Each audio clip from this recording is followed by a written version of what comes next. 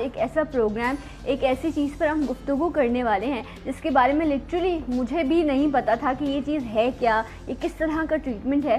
जिस तरह कहते हैं ना, कदीम दौर में जब ये मेडिसिन और ये तमाम चीज़ें नहीं थी तो तिब के ज़रिए, हिकमत के ज़रिए जो है वो लोगों का इलाज किया जाता था। बड़े बड़े ट्रीटमेंट जो हैं वो इन तमाम चीज़ों के ज़रिए किए जाते थे। कुछ पत्थर ऐसे हैं जिनको दवाओं में इस्तेमाल किया जाता था, जो आज भी किए जाते हैं, और उससे लोगों का इलाज किया जाता था। फिर तरक्की हुई, मेडिसिन आई, आप एलोपैथी आया, होम्योपैथी आया, फिर इसके अलावा तिब के हवाले से बड़ा काम आया। अब इट डिपेंड्स कि आपका किस चीज़ पर बिलीव है और आप किस तरफ जाते हैं। ये तो ख़ास पैथीज़ हैं जिन पर हम बात भी करते हैं और लोग जिनमें जाके ट्रीटमेंट्स भी करवाते हैं। बट इसके अलावा भी ऑल्टरनेटिव अगर हम मेडिसिन की बात करें तो इसकी एक बेशुमार रेंज है जिसमें मुख्तलिफ़ तरह से जो है वो ट्रीटमेंट किया जाता है और उनके ज़रिए लोगों को फ़ायदा भी पहुंचता है। अपने अपने बिलीव्स की भी बात है। तो आज इसी तरह का एक मुख्तलिफ ट्रीटमेंट है जिसको डेफिनेटली अगर मैं ये कहूँ कि ऑल्टरनेटिव ट्रीटमेंट या ऑल्टरनेटिव मेडिसिन के हवाले से ये ट्रीटमेंट है तो गलत ना होगा। बग़ैर सर्जरीज़ के, बग़ैर मेडिसिन के इलाज किया जाता है। जब मुझे डॉक्टर साहब ने बताया, मैंने कहा क्या करते हैं आप? कोई दम दुरूद करते हैं, कोई पानी पढ़ के देते हैं, करते क्या है कि दवा भी नहीं देंगे, सर्जरी भी नहीं होगी और इलाज भी हो जाएगा। यस, ये मुमकिन है, लेकिन ये कैसे मुमकिन है? उसके लिए थेरेपी की जाती है जिसे कहा जाता है बायो रेजोनेंस थेरेपी। और आज इसके कंसल्टेंट मेरे पास मौजूद हैं जिनसे हम जानेंगे कि आखिर ये ट्रीटमेंट है क्या, कौन कौन से ऐसे मर्ज़ हैं जिनका इलाज इस थेरेपी के ज़रिए किया जा सकता है। मेरे साथ मौजूद हैं डॉक्टर मोहम्मद अली। अस्सलाम वालेकुम। डॉक्टर साहब, ये कैसे हैं आप? खैरियत से हैं? जी, अल्लाह का बड़ा। डॉक्टर साहब, पहले तो ये बताइए कि ये तो नाम ही बड़ा मुश्किल सा है और शायद मैंने भी पहली बार सुना कि बायो रेजोनेंस थेरेपी जो है ये एक जदीद दौर की जदीद इन्वेंशन है जिससे लोगों का इलाज किया जा रहा है। ये इस वर्ड की मीनिंग क्या है और ये थेरेपी क्या है? जी, बिस्मिल्लाहिर्रहमानिर्रहीम। पहले तो मैं ये बताऊं कि ये तरीका इलाज नया नहीं है, बहुत पुराना तरीका इलाज है। पिछले 70 साल से यूरोप में और रशिया में इस पे तहकीक हो रही है। और बहुत सिंपल बेसिक आइडिया ये है कि बॉडी के तमाम सेल्स इंडिविजुअली तौर पर वाइब्रेट करते हैं। अच्छा। तो जब वो वाइब्रेट करते हैं तो उसकी एक ख़ास फ्रीक्वेंसी जनरेट होती है। अब जैसे हार्ट के सेल्स हैं, दिल के सेल्स हैं, अगर वो नॉर्मल हैं तो वो एक हेल्दी फ्रीक्वेंसी पे वाइब्रेट करेंगे। ठीक है। तो जब हमने उसको कैलकुलेट किया तो पता ये चला कि वो 144 हर्ट्ज़ पे वाइब्रेट कर रहे हैं अगर वो हेल्दी हैं। लेकिन हमारी रूटीन लाइफ में अगर हम ज़्यादा कोलेस्ट्रॉल खा लें या और किसी और वजह से हार्ट के सेल्स में जब कोलेस्ट्रॉल चला जाता है या कोई और चीज़ टॉक्सिन्स चली जाती हैं तो वो फिर हेल्दी फ्रीक्वेंसी पे वाइब्रेट नहीं करता। फिर वो 144 से 148 हर्ट्ज़ पे वाइब्रेट करना शुरू कर देता है और हमें एंजाइना, हार्ट अटैक की सिचुएशन क्रिएट हो जाती है। तो हम करते क्या हैं कि हम अपनी मशीन से हार्ट के सेल्स को 144 हर्ट्ज़ की नॉर्मल फ्रीक्वेंसी देते हैं। तो उससे ये होता है कि जब हार्ट के सेल्स को नॉर्मल फ्रीक्वेंसी मिलती है तो वो अपनी डिजीज़ फ्रीक्वेंसी को छोड़ के वापस अपनी नॉर्मल फ्रीक्वेंसी पे वाइब्रेट करना शुरू कर देता है। अच्छा, मतलब आप ये कह रहे हैं कि एक चीज़ जो बिगड़ रही है, जो अपने काम का जो मशीनरी है हमारी पूरी बॉडी, इसके जो पार्ट्स हैं, जब वो पार्ट अपना काम डिस्टर्ब करने लग जाते हैं तो उसको नॉर्मल करने के लिए आप उनको नॉर्मल फ्रीक्वेंसी पर लेकर आते हैं। राइट? अच्छा, वेरी नाइस। बड़ा ये इंटरेस्टिंग भी है और ये इसमें बहुत सारी चीज़ें भी उठती हैं कि कौन कौन से मर्ज ऐसे हैं, जिसने आपने भी हार्ट का जिक्र किया। ये इसमें लोगों को सर्जरीज करानी पड़ती है, बाईपास होता है, तकलीफ से गुजरते हैं, लेकिन इसके ज़रिए ये काम हो सकता है मुमकिन? जी, हमारे पास बहुत सारे ऐसे पेशेंट्स हैं जिनके 2 आर्टरीज हार्ट की ब्लॉक थी या 3 थी। तो जब हमने आहिस्ता आहिस्ता उनको फ्रीक्वेंसी देना शुरू की तो आफ्टर 2 मंथ 3 मंथ उनका हार्ट क्लीन हो गया और वो उन्होंने एंजियोग्राम कराया तो पता चला कि अब हार्ट की वेसल्स नॉर्मल हो गई हैं। तो उनको किसी एंजियोप्लास्टी की ज़रूरत नहीं पड़ी। इसी तरह से स्किन के बहुत सारे डिसऑर्डर्स हैं जिसमें एक्जिमा है, एलर्जीज़ हैं, सोराइसिस हैं।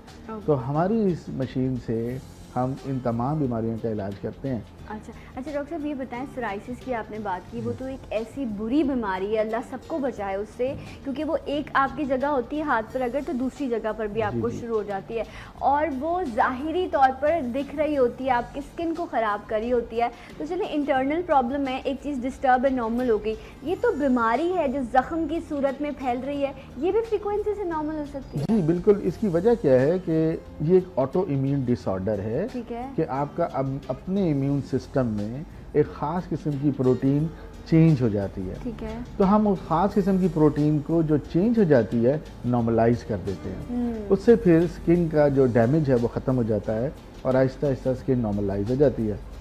इसी तरह से हमारे पास किडनीज़ के प्रॉब्लम की फ्रीक्वेंसीज़ हैं।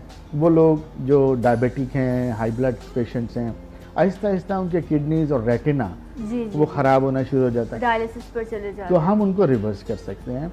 हमारे पास ऐसी फ्रीक्वेंसीज है जिससे क्रिएटिनिन और यूरिया कम हो जाता है। वो लोग जो देख नहीं सकते, आंखों की बहुत अच्छी बीमारी, बहुत बीमारियों का हमारे पास बहुत अच्छा इलाज है। डॉक्टर साहब, ये हम एक एक करके जी, बीमारियों की तरफ बढ़ते हैं। ये जो आपने किडनी की बीमारी कहा, ये तो इतनी ज़्यादा बढ़ गई है अब लोग, क्योंकि हमें पानी भी साफ़ नहीं मिल रहा होता, फिर हमें ये भी नहीं पता होता कि अगर हम डायबिटिक हैं तो सबसे ज़्यादा जो है वो हमारी आँखें और गुर्दे, ऐसे दो हमारे ऑर्गन्स हैं जो सबसे पहले जो है अफेक्ट हो रहे होते हैं। डॉक्टर साहब, जो लोग डायलिसिस पर जा चुके हैं, क्या वो भी वापस आ सकते हैं? देखिए, इसमें कुछ देखना ये पड़ता है कि कितना अरसा हो गया डायलिसिस को। ठीक है, अगर तो अर्ली स्टेज है तो उसमें फिर रिवर्स बहुत जल्दी हो जाता है। ओके, और जो डायबिटीज़ और हाई ब्लड की कॉम्प्लिकेशंस में जब नेफ्रोपैथी हो रही है, किडनी ख़राब हो रहे हैं, तो हम उनको भी रिवर्स कर सकते हैं। अच्छा। और हमारे पास डॉक्यूमेंटेड केसेस हैं, बहुत अच्छे टेस्टिमनीज हैं, जिसमें उनका किडनी का यूरिया और क्रिएटिनिन वापस हो गया है और वो नॉर्मलाइज हो गए हैं। राइट। अच्छा डॉक्टर साहब, क्या मैं अगर आपसे पूछूं कि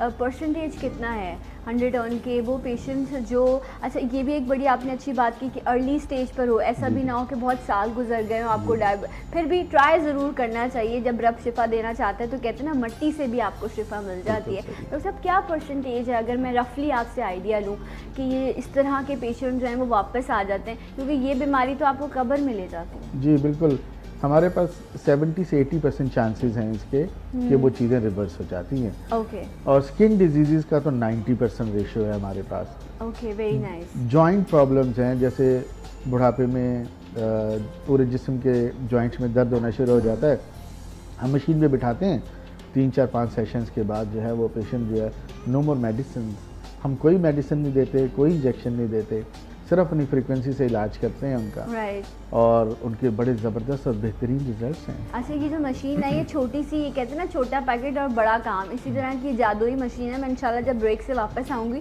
तो आपको ज़रूर दिखाऊंगी भी, और मैं डॉक्टर साहब से उस वक्त मशीन के सामने जब रखी होगी यहाँ पर तो पूछूंगी कि आखिर ऐसी क्या ट्रीटमेंट है इसके ज़रिए जो दी जाती है जिससे इलाज मुमकिन है। डॉक्टर साहब, ये जो आप बता रहे हैं ये तो मेरे लिए एक मिरेकल के तौर पर तमाम चीज़ें हैं, क्योंकि ये वो मरीज़ जो चाहे गुर्दे का मरीज़ हो, चाहे दिल का मरीज़ हो, या किसी और बीमारी में मुब्तला हो, वो दवाएं खा खा के, इंजेक्शंस लगा लगा के वो तंग आ जाता है। और जो लोग इंसुलिन लगा रहे होते हैं उन्होंने तो पूरी बॉडी में अपनी, कभी अपनी थाइज़ में लगा रहे होते हैं, अपनी टमी में लगा रहे होते हैं, हाथ पे इंसुलिन लगा रहे होते हैं। सो अगर ये ट्रीटमेंट उनकी इंसुलिन, आप कह रहे हैं डायबिटिक पेशेंट के लिए भी ये काम करती है चीज़? जी, इसमें ये है कि टाइप 2 डायबिटीज़ जो है, जिसमें हम बहुत सारी दवाइयाँ खाते हैं उसको नॉर्मलाइज करने के लिए, उसकी कॉम्प्लिकेशंस जो हैं, जैसे गुर्दों की हैं, स्किन की कॉम्प्लिकेशंस हैं, हाथ पांव सुन्न होना शुरू हो जाते हैं, ये हमारी मशीन से बिल्कुल रिवर्स हो जाती हैं। ओके, मैं ये नहीं कह रहा कि हम डायबिटीज़ को ठीक कर सकते हैं, ठीक है, मैं ये ज़रूर कह रहा हूँ कि उसकी कॉम्प्लिकेशंस को हम बहरहाल रिवर्स कर सकते हैं, और उनको फिर किसी मेडिसिन की ज़रूरत नहीं पड़ती उन कॉम्प्लिकेशंस को ठीक करने के लिए। अच्छा, लेकिन जो आप अपनी डायबिटीज़ को कंट्रोल करने के लिए इंसुलिन या जो मेडिसिन ले रहे हैं वो तो आप स्किप नहीं करवाते ना? उसमें कमी हो जाती है, कमी हो जाती है। Okay, okay, right. मतलब आपकी बॉडी में क्योंकि जब आपकी डायबिटीज़ नॉर्मल रहेगी तो आपके ऑर्गन पर भी अफेक्ट नहीं होगा। बेसिकली है यही कि आपने अपनी शुगर को कंट्रोल करके रखना है। जब आपने उसे कंट्रोल करके रखा तो फिर आपके बॉडी ऑर्गन्स जो हैं वो फिर सेफ होना शुरू हो जाते हैं। डॉक्टर साहब ये जो एक जो मशीन है, ये मैं डॉक्टर साहब से इसलिए भी बड़ी इंस्पायर हुई कि ये खुद जो है वो कैंसर स्पेशलिस्ट हैं और इन्होंने पहले मेडिसिन पढ़ा, उस पर काम किया, काफ़ी अरसे इनकी जो सर्विसेज रहीं, उसके बाद ही ऑल्टरनेटिव ट्रीटमेंट की तरफ आए। सर नॉर्मली लोग जो मेडिसिन की फील्ड के होते हैं वो इस तरह के ट्रीटमेंट्स को मानते नहीं हैं या एक्सेप्ट नहीं करते। जी, शुरू में तो मैं ये समझता हूँ कि कोई भी नई चीज़ जो है उसको एक्सेप्ट करना थोड़ा मुश्किल होता है, लेकिन जब आहिस्ता आहिस्ता लोग उससे फैज़याब होना शुरू हो जाते हैं और उसके रिजल्ट्स देखना शुरू हो जाते हैं। लाइक मेरे पास मेरे 2 क्लिनिक्स हैं सिंगापुर में और एक क्लिनिक कोलालमपुर में भी है। ऑटिज़म के बच्चे लेकर आते थे मेरे पास, तो जब मैं उनको शुरू में बताता था कि भाई आपके बच्चे अब ठीक हो जाएंगे, बोलेंगे, सुनना शुरू कर देंगे, बिहेवियर चेंज हो जाएगा, सोशल इंटरेक्शन हो जाएगा, तो वो यकीन नहीं करते थे। लेकिन 1-2 महीने के बाद जब हमने उनको करके दिखाया तो फिर उनका यकीन आया। तो बात यह है कि डेफिनेटली प्रॉब्लम है इनिशियली लोगों को ये नॉलेज पहुंचाना और कन्विंस करना थोड़ा सा मुश्किल है, लेकिन मैं ये समझता हूँ कि चूंकि ये एक ऐसी थेरेपी है, बहरहाल इससे लोगों को फ़र्क पड़ता है और ये सिंगापुर में भी वैलिड है। मॉस्को में बहुत सारे लोगों की सबसे बड़ी प्रायोरिटी ही ये होती है कि बायो रेजोनेंस थेरेपी ली जाए, मेडिसिन नहीं इस्तेमाल करते, जर्मनी में और यूरोपियन कंट्रीज़ में।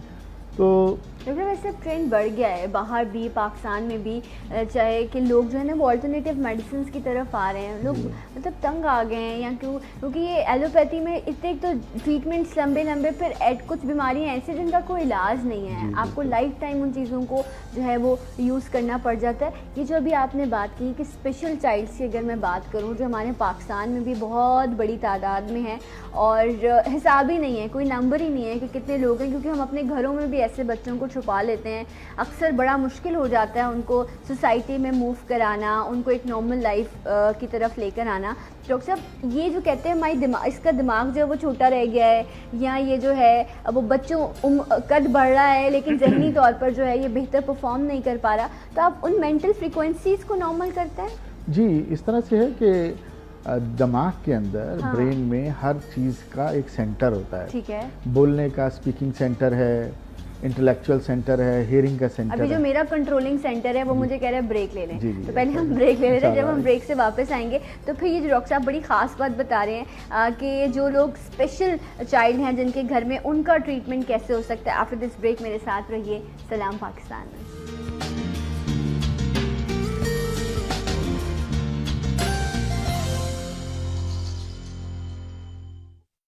मुनाफा बख्श काश्तकारी की मालूमात के लिए मुफ्त कॉल करें 0800 9191। जिंदगी नाम है लम्हों को जीने का, और जब रूह अफ़ज़ा हो साथ तो और क्या चाहिए। A product of Popular Group.